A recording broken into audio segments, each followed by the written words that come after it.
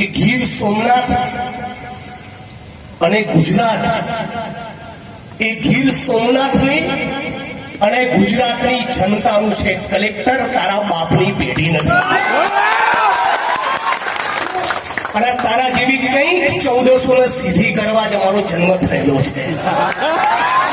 વૈષ્ણવજન તો તેને કહીએ જે પીડ પરાઈ જાનાને રે.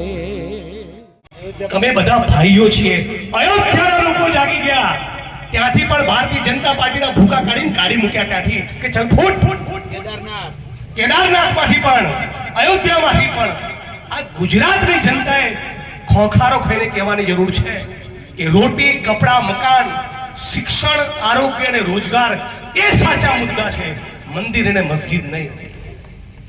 મહેશ મકવાણા એ ગેરકાયદેસર ખનનની વિરુદ્ધમાં માણસ લખતો હોય, સર્વ સમાજના લોકોનો અવાજ બનતો હોય.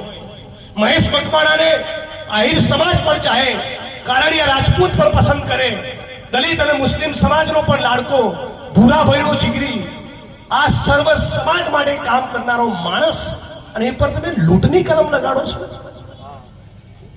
બુટલેગરોની ચાપલુસી કરવાની, ગેરકાયદેસર ખનન કરનારા લોકોની ચાપલુસી કરવાની, અને મહેશ મકવાણા પર તમે લૂંટ લગાડો છો. આ લૂંટ કરે એવો માણસ છે. પોલીસના મિત્રોને કહેવા માંગુ છું, તમારો પોતાનો આત્મા શું કહે છે? તમે જે દિવસે નિવૃત્ત થશો એ દિવસે તમે અરીસા આગળ ઉભા છો તો તમને તમારો આત્મા શું જવાબ આપશે? તમારામાં તાકાત હોય તો સત્તાધારી પાર્ટીના કોઈ ધારાસભ્ય ઉપર તમે ગુનો દાખલ કરો. તમારામાં પાણી હોય તો સત્તાધારી પાર્ટીના કોઈ સાંસદ સભ્ય કે મંત્રીની ઉપર તમે ગુનો દાખલ કરો. તો હું માનું કે તમારી છાતી છે.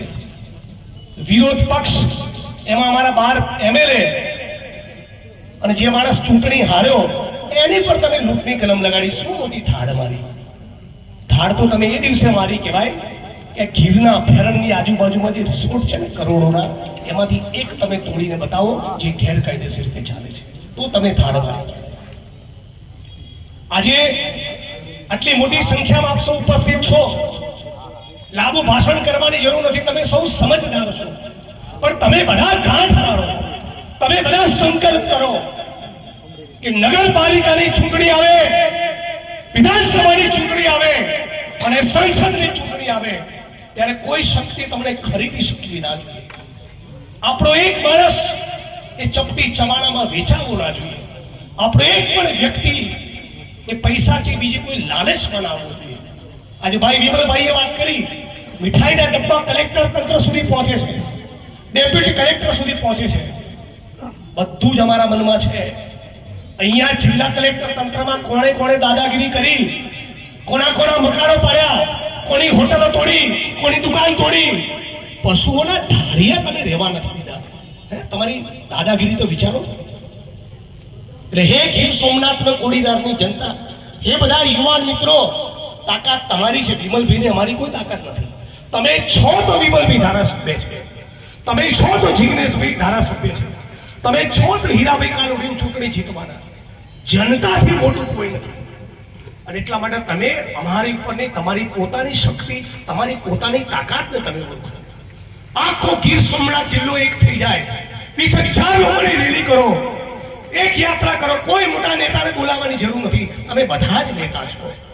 તો હું નથી માનતો તમારા ઘરનો કાંકરો પણ કોઈ ખેરવી શકે. એ સંકલ્પ તમારે કરવાનો છે. અમે તો છીએ તમારી જોડે.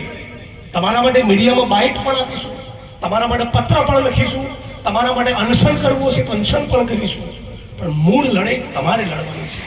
અમે તમારા ટેકેદાર છીએ, તમારા સાથ આપનારા તમારા ભાઈઓ છીએ, તમારા સમર્થક છીએ. પણ મૂળ અસલી લડાઈ એ તમારે બધાએ લડવાની છે. અને આપણે 2027ની ચૂંટણીમાં નવી સરકાર બનવાની છે. તૈયાર થઈ જજો. કાઢો આખા ગીર સોમનાથમાં જેટલું પણ ગેરકાયદેસર ખનન થાય, જ્યાં પણ ડ્રગ્સ મળતું હોય એની યાદી મને પહોંચાડો ત્યારથી. જ્યાં પણ દારૂના જુગારના અડ્ડા ચાલતા હોય એનું લિસ્ટ બનાવવાનું શરૂ કરો. અમને પરસો પાડવાનું ચાલુ કરી દઈએ. ના શું પડે, આ રાડ પાડી જવા જોઈએ તમારાથી, ખાલી નેતાઓના લીધે નહીં. તમારી પોતાની શક્તિને નહીં ઓળખો તો કોઈ નેતા તમને નહીં બચાવે. તમે જ નેતા છો, તમે જનતા જનાર્દન છો. નેતાથી મોટું કોઈ નથી. આખા ગીર સોમનાથનો કારડિયા રાજપૂત, આખા ગીર સોમનાથનો આહિર સમાજ, આખા ગીર સોમનાથનો દલિત મુસ્લિમ કોળી પટેલના માલધારી, આ તમે બધા એક થઈ જાઓ. બધા કલેક્ટર ફલેક્ટરના ચણા મમરાઈ ના આવે એટલે શક્તિ તમારી ઓળખો. આટલા બધા મુદ્દા કેમ કલેક્ટર તંત્રની તાકાત નથી હવે કામ કરવાની? મને એક મિત્રએ કહ્યું એટલા માટે જિગ્નેશભાઈ તાકાત નથી કે થોડા દિવસ પહેલા ભારતીય જનતા પાર્ટીના એક મંત્રીના પુત્ર એ રાશનના કૌભાંડમાં પકડાયા અને એમાં કલેક્ટર તંત્રે 85 લાખનો તોડ કર્યો છે. પછી તમારામાં શું ઓકાત હોય? 85 લાખ રૂપિયાનો તોડ એ રાશનના કૌભાંડને દબાવવા માટે કર્યો છે. નિયમિત તમે ગેરકાયદેસર ચાલતા ખાણ ખનીજના અડ્ડામાંથી લાખોની કરોડોની તમે નોટ બનાવતા હોય. મેસેજ નંબર 2, હિરણ નદીમાં કલેક્ટર તંત્રની મીઠી રહેમના કારણે એટલું ભયંકર પ્રદૂષણ ફેલાયું છે કે ગીર સોમનાથના કેટલાક મિત્રોએ એ નામદાર ગુજરાત હાઈકોર્ટમાં જાહેર હિતની અરજી દાખલ કરવી પડી. મેસેજ નંબર 3, ગીર સોમનાથ જિલ્લાના તાલાલા તાલુકાના ગીર અભયારણ્ય વિસ્તારમાં અનેક ગેરકાયદેસર ફાર્મ અને રિસોર્ટ ચાલુ છે. જિગ્નેશભાઈ સમયની અનુકૂળતા મળીએ સરકારી તંત્રના કલેક્ટર તંત્રના પાપ વિશે 240 પાનાની પીડીએફ તમને મોકલી આપીશ. મેસેજ નંબર 4, ગીર સોમનાથના તાલુડા નગરપાલિકાની હદમાં આવેલ ઘણા બધા કોમ્પ્લેક્સ એપાર્ટમેન્ટ બિલ્ડિંગ એ પરવાનગી વગરની ઊભી કરેલી રેસિડેન્સી છે અને તમામ જગ્યા ઉપર મોટા મોટા કોમ્પ્લેક્સ એપાર્ટમેન્ટ બિલ્ડિંગ ધમધમી રહ્યા છે. 2 વર્ષથી લગાતાર ગીર સોમનાથ જિલ્લાથી ગાંધીનગર સુધી અનેક વખત મૌખિક અને લેખિત રજૂઆતો કરવા છતાં આ મગરમચ્છોના બાંધકામ તોડવાનું પાણી એક કલેક્ટર તંત્રમાં નથી. ગીર સોમનાથ જિલ્લામાં દરેક ગામમાં ગૌચરની જમીનમાં દબાણ છે. ઘણા ગામોમાંથી ગૌચરમાં થયેલ દબાણો ખાલી કરાવવા માટે અનેક લેખોએ રજૂઆત ગીર સોમનાથ જિલ્લા કલેક્ટરને કરેલ છે, પરંતુ આજ દિન સુધી ખાલી કરવામાં આવતી નથી. અને સૂત્રાપાડા તાલુકાના લોઢવા અને પાદરુકા ગામમાંથી ગૌચરની જમીન ખાલી કરીને જીએસસીએલ કંપનીને 500 વીઘા જમીન આપી દેવામાં આવી છે. કલેક્ટર તંત્રમાં પાણી હોય તો આ પણ ખુલ્લું કરીને બતાવે. અને મેસેજ નંબર 6, ગીર સોમનાથ જિલ્લામાં ચાલતી ઘણી બધી કંપનીઓ લાઇમસ્ટોનની લીજોમાંથી ખનીજ કાઢી રહ્યા છે. ગીર સોમનાથ કલેક્ટર તંત્રમાં તાકાત હોય, એમનામાં પાણી હોય તો આ ઇકો સેન્સિટિવ ઝોન અભયારણ્ય અને સમગ્ર વિસ્તારમાં ચાલતી આ ગેરકાયદેસર ખાણ ખનીજ બંધ કરીને બતાવે. એટલું જ કહેવા માટે પાલભાઈ લાલજીબેન હું આવ્યા છીએ કે ગીર સોમનાથ અને ગુજરાત એ ગીર સોમનાથની અને ગુજરાતની જનતાનું છે. કલેક્ટર તારા બાપની પેઢી નથી અને તારા જેવી કંઈક 1400 ને સીધી કરવા જ અમારો જન્મ થયેલો છે. અને આ પાલ આંબલિયા, લાલજીભાઈ અને જિગ્નેશભાઈ એ ગીર સોમનાથની માટીની સોગંદ ખાય છે કે મારામાં પ્રાણ રહ્યા ત્યાં સુધી આ વિસ્તારની અંદર જેણે પણ મહેશ મકવાણાનો વાળ વાગો કર્યો, ભૂરાભાઈનો વાળ વાગો કર્યો અને જેમણે પણ ખેડૂતોને બરબાદ કર્યા છે, તમારી છત્રીનું ધાવણ યાદ ના કરાવું. મારું નામ છે જિગ્નેશ મેવાણી. એ શેની તમને ચરબી ચડી છે? શેનો ફાટવા ચડ્યો છે? હે કલેક્ટર તંત્ર એટલે કઈ મોટી તોપ છો? ધારાસભ્ય હોય, સંસદ સભ્ય હોય, કેબિનેટ મિનિસ્ટર હોય, આઈએસ હોય કે આઈપીએસ હોય, બધા જનતાથી મોટું કોઈ નથી. એ વાત આપણે જનતાએ સમજી લેવી. આ છે 6 મેસેજ જે મને પહોંચ્યા જેનું મેં પઠન કર્યું અને અરજી જે રામભાઈ એસ સોલંકી જે પાલભાઈએ વાંચી, કલેક્ટર તંત્રમાં પાણી હોય તો ચાલો કોરિડોરની બજારમાં વિમલ ચુડાસમા અને જિગ્નેશ મેવાણી તમારી જોડે આવશે. તાકાત હોય તો ગેરકાયદેસર બાંધકામ દૂર કરીને બતાવો. તાકાત હોય તમારામાં તો ગેરકાયદેસર ખનનના કામ બંધ કરીને બતાવો.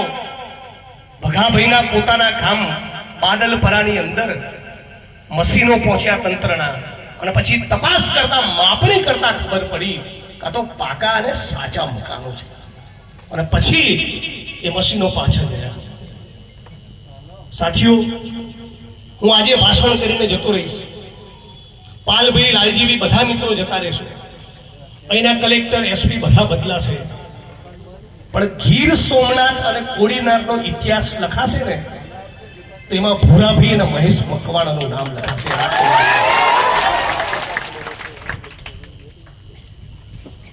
અને એટલું પણ કહું, પેલા 302 ના આરોપી કે આરોપી નંબર 1 અને તારો ભત્રીજો બંને ભૂલતા નહીં. હજી સુપ્રીમ કોર્ટ ઓફ ઇન્ડિયામાં તમારી અપીલ પેન્ડિંગ છે, અને એડવોકેટ આનંદ યાજ્ઞિક હમણાં થોડી વારમાં આવે છે. સાથીઓ, દુઃખ એ વસ્તુનું થઈ રહ્યું છે કે એસપીની ચેમ્બરમાં કોઈ બુટલેગર આરોપી તરીકે જાય અને કેવી રીતે ઉભો રહે, એવી રીતે વિમલભાઈ ચુડાસમાને હું કોઈ કેબિનેટ મંત્રીના ત્યાં જનતાનું કામ લઈને ગયા હોય ત્યારે કલેક્ટરો એવી રીતે ચાપલુસી કરવા માટે ઉભા હોય છે. એમની કોઈ તાકાત નથી. ગરીબ માણસના તમે મકાન તોડ્યા, કારડિયા રાજપૂત સમાજના તમે મકાન તોડ્યા, તમે દલિત અને મુસ્લિમ સમાજના મકાન તોડ્યા, તમે આહિર અને કોઈ સમાજના મકાન તોડ્યા. તમારા તાકાત હોય તો આજે લિસ્ટ વાંચ્યું ને એમાંથી એક બિલ્ડિંગ તમે તોડીને બતાવો. એક મારી તમને ચેલેન્જ છે. આજે ગરીબ માણસના મકાન તોડવા તો બહુ આસાન છે. અગ્નિકાંડમાં નાની માછલીની ધરપકડ કરવી એ બહુ આસાન છે, પણ ભડવીર તો એને કહેવાય કે કોઈ કેબિનેટ મિનિસ્ટરના દીકરાનું ગેરકાયદેસર મકાન હોય અને એની પર બુલડોઝર તોડે, એની પર બુલડોઝર ફેરવે, તો હું ગીર સોમનાથની ધરતીમાંથી કલેક્ટર અને એસપીને હું સલામ કરું કે વાહ દોસ્ત વાહ, તારામાં પાણી છે.